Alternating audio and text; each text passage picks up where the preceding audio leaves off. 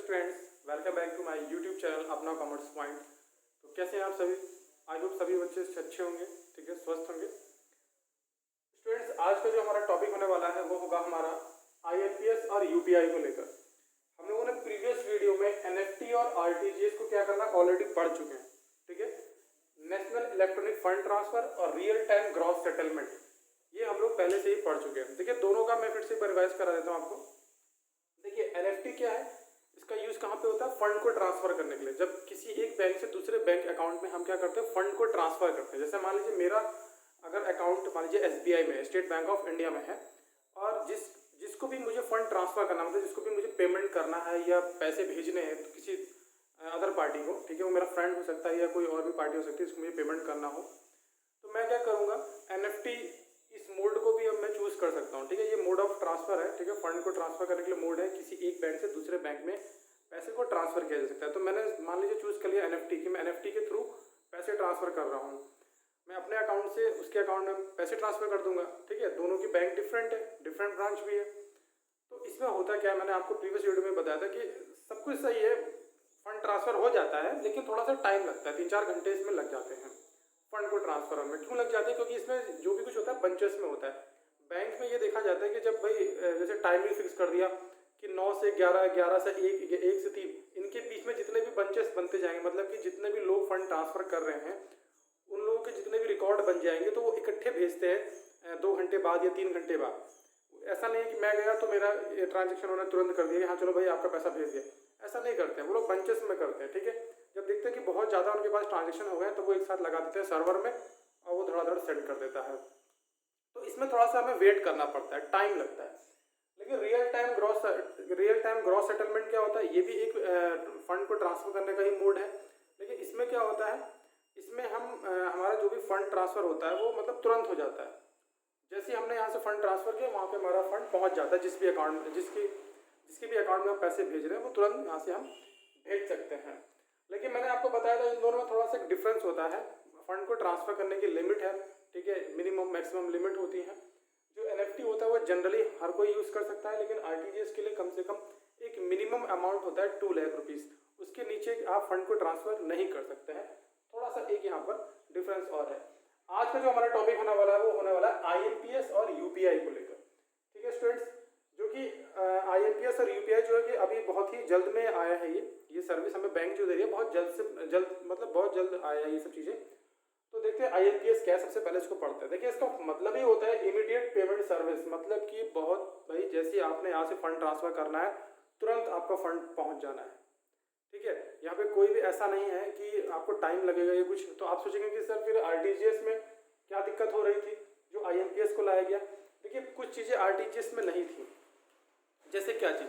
RTGS में limit वगैरह बना रखी थी इन लोगों ने, लेकिन आईएमपीएस जो है उसमें कोई खास इस तरह की चीज़ें नहीं है। यहाँ पर देखिएगा आप, देखिए पहली चीज़ तो ये क्या है, आरटीजीएस में थोड़ा सा टाइम पीरियड वाला भी दिक्कत थी कि हम फंड को ट्रांसफर करेंगे तो उसके लिए टाइम फिक्स कर रखा था उन्होंने कि सुबह इतने बजे से शाम को इतने बजे तक फंड ट्रांसफर कर सकते हैं। लेकिन आईएमपीएस क्या है, आईएमपीएस ये सारी चीज़ों को खत्म करता है। बोलता है यार हटाओ ये सब झंझट को, ये टाइम वो टाइम इतने टाइम, ऐसा कुछ नहीं करना है। आप जब चाहे तब फंड ट्रांसफर कर दीजिए, ठीक है। जब आपको मन करे, आपको रात में मन करता है रात में फंड ट्रांसफर करिए, कोई दिक्कत नहीं है, आपका पैसा पहुंच जाएगा। देखिए, आईएमपीएस कब लागू हुआ? 22 नवंबर 2010 में ये आया था, ठीक है। अब इसकी लिमिट के बारे में पढ़ते हैं। देखिए, इसकी जो फंड ट्रांसफर की लिमिट है 0 है, कम से कम 1 रुपये भी आप भेज सकते हैं, देखिए कोई लिमिट नहीं है। और ज़्यादा से ज़्यादा आप 2 लाख रुपए तक इसमें भेज सकते हैं, ठीक है। तो आईएमपीएस में आपने देखा कि इसमें कम से कम आप 1 रुपये तक भेज सकते हैं और ज़्यादा से ज़्यादा 2 लाख रुपए तक भी आप सेंड कर सकते हैं। Up to ₹50,000 transferable within 24 hours. अगर किसी भी बेनिफिशियरी को आपने ऐड किया है, ठीक है, मान लीजिए कि आप नेट बैंकिंग यूज़ करते हैं या मोबाइल बैंकिंग यूज़ करते हैं, अगर वहाँ पर आपने किसी भी बेनिफिशियरी को ऐड किया है तो आप उसको 50,000 रुपये तक ही भेज सकते हैं विद इन 24 आवर, ठीक है। अगर जैसे नया कोई बेनिफिशियरी मैंने आज ही ऐड किया है तो उसको 50,000 रुपये तक ही मैं उसको 24 घंटे के अंदर भेज सकता हूँ। देखिए, जो आईएमपीएस है उसको कौन लाया था? एनपीसीआई लाया था, लेकिन इसको पूरी तरह से गवर्न जो करता है वो आरबीआई करता है, लेकिन इसको मैनेज और रेगुलेट एक तरह से एस्टैब्लिशमेंट जो भी किया, इसका डेवलपमेंट जो भी किया वो एनपीसीआई ने किया। लेकिन ओवरऑल कंट्रोल जो होता है, सबसे मेन जो होता है वो आरबीआई का ही होता है। इसका फुल फॉर्म क्या है NPCI का, national payment corporation of India, ठीक है। जैसे NFT और RTGS को कौन लाया था, RBI लाई, ठीक है। RBI लाई, RBI सब कुछ उसको करती है, सब देख रेख सब RBI के हाथ में। लेकिन यहाँ पर क्या है, इसको जो IMPS है उसको जो है ना NPCI ने डेवलप कराया, मतलब ये लेकर आए थे उसको।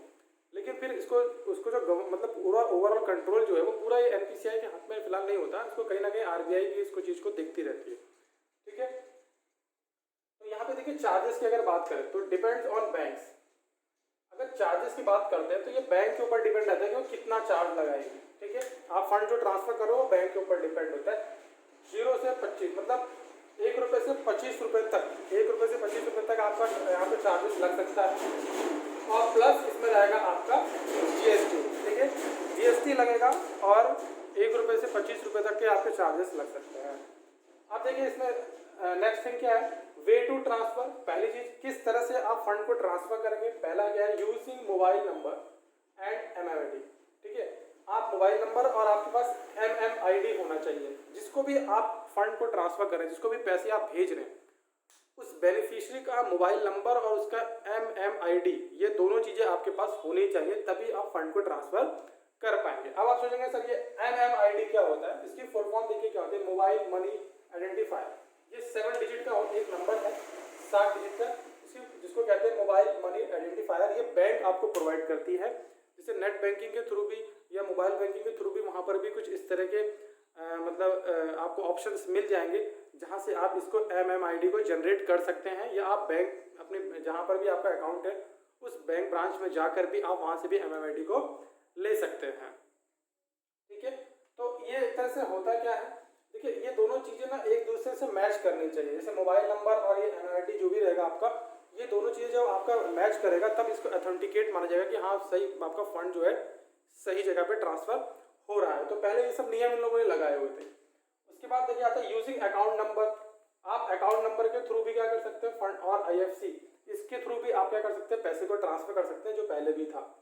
आधार नंबर के भी थ्रू आप क्या कर सकते हो, फंड को ट्रांसफर कर सकते हो। ये है हमारा IMPS। तो IMPS में बहुत कुछ चीज़ें नई नहीं है, लगभग कुछ चीज़ें सही भी हैं, मतलब सही के मतलब नया है, और कुछ बहुत ज़्यादा इसमें बहुत इन्होंने चेंजेस नहीं किए हुए हैं, ठीक है। अब बात करते हैं UPI की बात करते हैं। देखिए UPI जो है वो एकदम से पूरा एकदम चेंज हो गया है। देखिए IMPS और UPI में जो सबसे बड़ा डिफरेंस होता है वो होता है IMPS को अगर आपको रेगुलेट करना है या इसको ऑपरेट करना है या इसके थ्रू फंड को ट्रांसफर करना है, तो जिस भी बैंक में आपका अकाउंट है, ठीक है, जिस भी बैंक में आपका अकाउंट है उस बैंक का आपको कोई एप्लीकेशन सॉफ्टवेयर को डाउनलोड करना पड़ेगा, कोई ऐप डाउनलोड करना पड़ता है उसी पर्टिकुलर बैंक का। जैसे मान लीजिए कि मेरा जो अकाउंट है वो स्टेट बैंक ऑफ इंडिया में है, तो मुझे क्या करना पड़ेगा कि SBI का जो भी एप्लीकेशन सॉफ्टवेयर होते हैं, जो भी ऐप वगैरह होते हैं, SBI का डाउनलोड करने पड़ेंगे। किसी के पास ICICI बैंक का तो उसे ICICI बैंक का डाउनलोड करना पड़ेगा। तो उनके पास जिस भी बैंक में उनका अकाउंट है उन्हें उसी बैंक का क्या करना होगा, एप्लीकेशन सॉफ्टवेयर डाउनलोड करना पड़ेगा। लेकिन UPI ने इस चीज़ को एकदम से खत्म कर दिया, मतलब कोई ऐसी कोई ज़रूरत नहीं है, ठीक है। आपको ये सारे, जैसे मान लीजिए कि मेरा अकाउंट SBI में भी है, UBI में भी है, ICICI में भी, तो मुझे तीनों बैंकों का ही क्या करना पड़ेगा, एप्लीकेशन सॉफ्टवेयर डाउनलोड करना पड़ेगा। इन तीनों का ऐप मुझे डाउनलोड करना पड़ेगा और उसी के थ्रू मैं फंड को ट्रांसफर कर सकता हूँ या रिसीव कर सकता हूँ, या अपने मतलब मुझे अगर अपने ट्रांजेक्शन हिस्ट्री देखनी है, ठीक है, तो ये सारी चीज़ें मुझे फिर वहीं से मिल सकती है, ठीक है। उनके पर्टिकुलर मुझे एप्लीकेशन सॉफ्टवेयर डाउनलोड करने पड़ेंगे। लेकिन UPI ने सब चीज़ों को ख़त्म कर दिया। इसने बोला कोई ऐसी कोई ज़्यादा ज़रूरत नहीं है। इसने बोला आप मतलब UPI का यूज़ करके, जैसे आपने गूगल पे, फ़ोन पे या पेटीएम से भी आप क्या करते हो, फंड को इसलिए ट्रांसफर कर लेते हो, रिसीव भी कर लेते हो, पेमेंट भी कर, जैसे DTH का पेमेंट करना कर दिया, इलेक्ट्रिसिटी बिल का पेमेंट करना कर दिया, छोटे मोटे पैसे ट्रांसफर करने 10, 20, 50, 100, 200, 1000, 2000 कितने भी ट्रांसफर करने, इसलिए आप ट्रांसफर भी कर देते हैं, पेमेंट भी कर देते हैं। मतलब UPI ने एकदम हर चीज़ को मारा, एकदम खत्म कर दिया, मतलब एकदम ईजी कर दिया। पूरा कॉन्सेप्ट आपका बैंकिंग का जो था वो एकदम ऐसा कर दिया, सिर्फ बैंकिंग की जितनी भी एक्टिविटी आप हाथों से कर लेते हो, फटाफट कर लेते हो, और वहाँ पे आपको बहुत ज़्यादा किसी चीज़ के होते टर्म्स एंड कंडीशन, या ये लाओ वो लाओ, ये IFC कोड करो, या बैंक ब्रांच का नाम, अकाउंट नंबर लाओ, बेनिफिशियरी का अकाउंट नंबर लाओ, बैंक का नाम लाओ, बैंक की डिटेल लाओ, मतलब वगैरह वगैरह की जो भी डॉक्यूमेंट्स की नीड होती थी वो सब कुछ यहाँ पर इसने खत्म कर दी। जैसे इसमें क्या था, IMPS में आपको जैसे किसी को फंड ट्रांसफर करना, तो मैंने आपको बताया था कि मोबाइल नंबर और उसका MMID नंबर होना चाहिए। तो यूपीआई में एमएमआईडी नंबर की जरूरत ही नहीं पड़ती। अब आपको क्या चाहिए, सिर्फ एक रजिस्टर्ड मोबाइल नंबर चाहिए। जिस पार्टी को भी आपको पैसे सेंड करने उसका एक registered mobile number. Registered mobile number से मेरा मतलब है कि जिस भी पार्टी को आप पैसे ट्रांसफर कर रहे हो उसका वो मोबाइल नंबर होना चाहिए जो कि उसके बैंक अकाउंट से मर्ज किया गया हो। उसने उस अपने नंबर को बैंक से क्या करा हो, रजिस्ट्रेशन करा लिया हो अपने अकाउंट के लिए। ठीक है, वो नंबर आपको मिल जाए, आप फंड ट्रांसफर कर देंगे तुरंत। ठीक है, तो यूपीआई ने क्या किया, बहुत सी चीजें मतलब एकदम बहुत इजी कर दिया आपके लिए कोई ट्रांजेक्शन को करना। यूपीआई की फुल फॉर्म क्या होती है, यूनिफाइड पेमेंट इंटरफेस। ठीक है, इसका मतलब क्या है, इसका मतलब यह है कि instant real time payment system. ये सबसे फास्ट होता है, अभी तक जितना भी हमने पढ़ा ना वही सबसे तेज है। मतलब अभी ये लेटेस्ट में यही चल रहा है यूपीआई, ये सबसे फास्ट है और इससे तुरंत ही ट्रांजेक्शन होता है। बाकी सब में हो सकता है कि कहीं ना कहीं बैंक चार्जेस लगाती है। ठीक है, बैंक चार्जेस वगैरह लगाती है, लेकिन इस समय करंट में क्या हो रहा है कि अब जैसे एनएफटी, पहले मैंने जो एनएफटी पढ़ाया है उसमें मैंने बताया था कि टाइमिंग फिक्स है, लेकिन एनएफटी और आरटीजीएस में बहुत से चेंजेस हो चुके हैं। अब वो भी क्या है कि 24/7 आवर पूरा आपका टाइम मतलब काम करता है। एनएफटी भी आरटीजी मतलब बहुत से चेंजेस हो चुके हैं, लेकिन जो मैंने पढ़ाया है वो जब वो आया था उस समय का कॉन्सेप्ट में पढ़ाया था। तो मैं भी एक वीडियो ऐसी बनाऊंगा जो कि करंट में इनमें जो भी चेंजेस हुए वो सारी चीज़ें हम फिर से डिस्क्लोज करने वाले हैं। ठीक है, तो यूपीआई में स्टूडेंट्स हम क्या पढ़ रहे हैं, यूपीआई में मैंने बताया कि यूपीआई सबसे फास्ट सर्विस प्रोवाइड करता है आपको, और यूपीआई में आपके चार्जेस वगैरह तो कटते ही नहीं है। मतलब आप कोई फंड ट्रांसफर करेंगे उसमें आपको कोई चार्जेस नहीं कटता, पेमेंट करेंगे कोई चार्जेस आपके नहीं कटते हैं यूपीआई में, बल्कि उल्टे आपको रिवॉर्ड वगैरह भी दे देता है। कभी 5 रुपये कभी 10 रुपये आपने देखे होंगे, जो लोग भी ऐसा करते होंगे यूपीआई का यूज़ जनरली सभी लोग करते हैं आज के टाइम पे। तो unified payment interface instant real time payment system है ये आपका, जिसको डेवलप किया है एनपीसीआई ने भी। इसको भी एनपीसीआई ने डेवलप करा था, इसका इंट्रोड्यूस किया था 11 अप्रैल 2016 को। ये डेट बहुत इंपॉर्टेंट होती है। 24/7 मतलब हमेशा जब आपका मन करे तब आप यूपीआई के थ्रू पेमेंट ट्रांजेक्शन्स कर सकते हैं। In this several banks account operates. अब इसमें देखिए सबसे फायदा क्या है, यही चीज़ कि अगर आपके पास कई बैंक के खाते हैं, ठीक है, एसबीआई का खाता है, यूबीआई का है, आईसीआईसीआई का है या बैंक ऑफ बड़ौदा का है, मतलब डिफरेंट बैंक्स के आपके पास अकाउंट्स आपने ओपन कर रखे हैं, तो आप सिर्फ एक ही ऐसा एप्लीकेशन सॉफ्टवेयर डाउनलोड कर लीजिए और यूपीआई के थ्रू आप वहां से सारे अकाउंट्स को एक ही एप्लीकेशन सॉफ्टवेयर से ऑपरेट ईजिली कर सकते हैं। आपको अब सारे बैंक के अलग अलग एप्लीकेशन सॉफ्टवेयर डाउनलोड करने की यहाँ पे कोई भी रिक्वायरमेंट नहीं है। आप सिंपली एक गूगल पे या फोन पे, अभी जो आप देख रहे हैं पेटीएम वगैरह, ये आप इनको डाउनलोड कर लीजिए और वहाँ पे आप इन सबका एक अपना यूपीआई जनरेट कर लीजिए। ठीक है, आप एक सिंगल एप्लीकेशन सॉफ्टवेयर से सारे डिफरेंट बैंक को, आपने देखा होगा वहाँ पे ऐड बैंक का ऑप्शन आता है, आप वहाँ पे सारे बैंक को ऐड कर लीजिए। बस आपको सबसे इंपॉर्टेंट चीज़ पे क्या ध्यान रखना है कि जो भी रजिस्टर्ड मोबाइल नंबर है वो सेम होना चाहिए। रजिस्टर्ड मोबाइल नंबर आपके जितने भी बैंक्स में है वो सेम होना चाहिए आपको, क्योंकि वो सेम इसलिए होना चाहिए क्योंकि ओटीपी वगैरह सब उसी पे आपको सेंड की जाती है, जो कि ऑथेंटिकेशन प्रोसेस के लिए बहुत ही इंपॉर्टेंट माना जाता है। अगर आपका रजिस्टर्ड मोबाइल नंबर सेम नहीं रहेगा तो आपको वहाँ पे प्रॉब्लम हो सकती है। ठीक है, तो इन दिस ये तो हो गया आपका, आप यहाँ से पैसे को भेज और रिसीव इजिली कर सकते हैं। रजिस्टर्ड मोबाइल नंबर रिक्वायरमेंट होती है। देखिए अब इसमें आप किस तरह से पैसे को ट्रांसफर करेंगे, एक वीपीए के थ्रू। वीपीए क्या है, वर्चुअल पेमेंट एड्रेस होता है, जो कि आप भीम ऐप पे आपने देखा होगा, वहां से इसको बनाया जाता है। मोबाइल नंबर की जरूरत पड़ेगी, आधार नंबर के थ्रू भी आप मनी को सेंड कर सकते हैं, मोबाइल नंबर के थ्रू भी सेंड कर सकते हैं, आईएफएससी, क्यूआर कोड, ये सारी चीजों के थ्रू आप यहाँ से पैसे को ट्रांसफर कर सकते हैं। जैसे क्यूआर कोड का आपने बहुत ज्यादा यूज देखा होगा, किसी शॉप वगैरह पे देखा होगा या पेट्रोल पंप पे देखा होगा, वहाँ पे क्यूआर कोड होता है, आप उसको स्कैन करके पेमेंट कर देते हैं, तो कितना फास्ट होता है आपने देखा। अगर वहीं बैठ के आपको एनएफटी करना पड़े तब क्या होगा, सोचिए, आरटीजीएस करना पड़े तब क्या, एक लंबी प्रोसेस हो जाएगी, बहुत ताम झाम हो जाएगा वहाँ पर।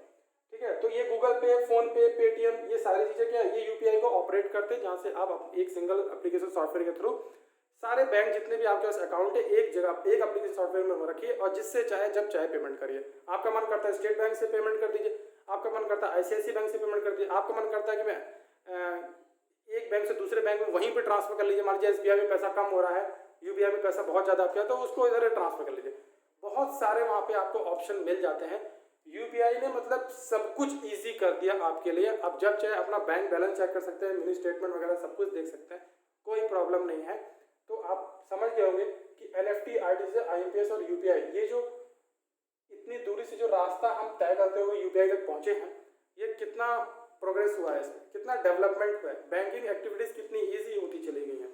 ठीक है स्टूडेंट्स, और आपको आई होप, मुझे जहाँ तक लगता है कि ये सारी चीज़ें आपको अच्छी तरह समझ में आ गई होंगी। जिन स्टूडेंट्स ने मेरा NFT और RTGS का वीडियो नहीं देखा, पहले वो उस वीडियो को जरूर देखिएगा। ठीक है, देन उसके बाद आप IMPS और UPI का वीडियो जो मैंने अभी बनाया इसको देखेंगे, तब आपको अच्छी तरह से समझ में आ जाएगा। और जो भी लोग चैनल पर नए हैं प्लीज़ वो चैनल को सब्सक्राइब कर लें। वीडियो को अगर पसंद आती है और उन्हें कंटेंट अच्छे लगते हैं तो लाइक और शेयर करें। ठीक है, थैंक्स टू एवरीवन।